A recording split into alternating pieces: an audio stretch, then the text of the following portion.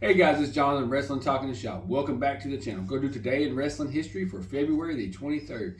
On this day in 1990, on a live edition of the main event from the Joe Louis Arena in Detroit, Michigan, Hulk Hogan faced Macho Man Randy Savage for the WWF Championship in a rematch from WrestleMania 5.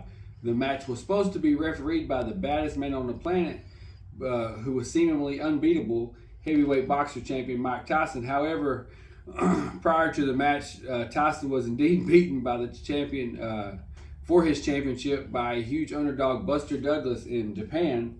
As a result, WWE brought in the new champion to referee the bout instead. I guess I was right, yeah. But anyway, I thought that Buster Douglas.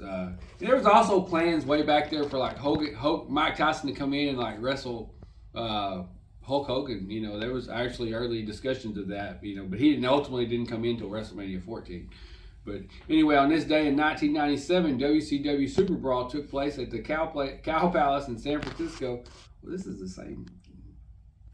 Anyway, I think they got the same thing on here for yesterday and today, but we'll skip right over that. On this day in 1999, Richard Wilson, known as the Renegade in WCW, committed suicide at his home in Atlanta, Georgia at the age of 33. That was a bad deal with him. They set him up to fail. WCW brought him in as like a Jim Hellwig Ultimate Warrior knockoff, and he was doomed to fail. I mean, he did have a little success. He was a TV champion in WCW, but I mean, every time I hear that story, I always feel bad for that guy.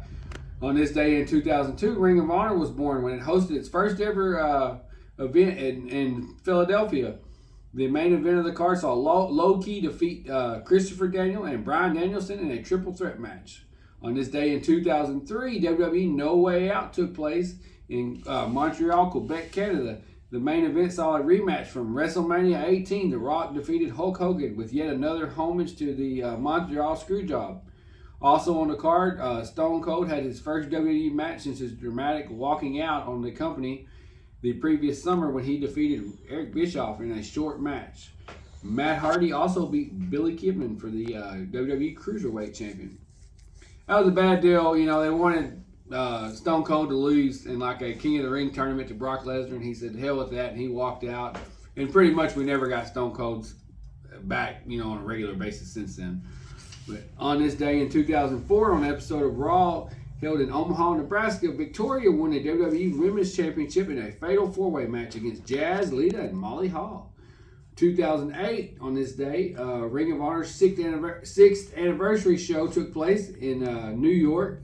The main event saw Nigel McGuinness defeat Bryan Danielson to defend his Ring of Honor World Title. We'll probably get that match at Wembley this summer. I would be very surprised if we didn't get Nigel McGuinness versus Bryan Danielson.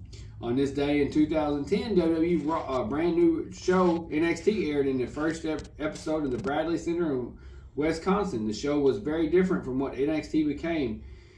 In a sense, it was a limited run series that saw NXT rookies paired with established stars. It's like a pros and cons, sort of like a reality TV show.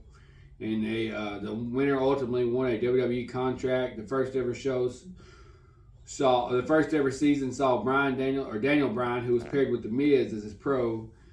He fell to a loss against WWE champion Chris Jericho on the show as Wade Barrett's pro. On this day in 2014, the Elimination Chamber took place in Minnesota. On a historic note, it was the last out and out pay-per-view the WWE aired before the launch of the network. I missed the network. Peacock's not the same.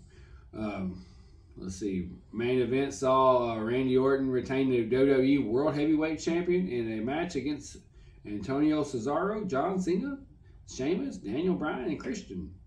And that's going to wrap up today in wrestling history, guys. Thanks for watching. Like and subscribe.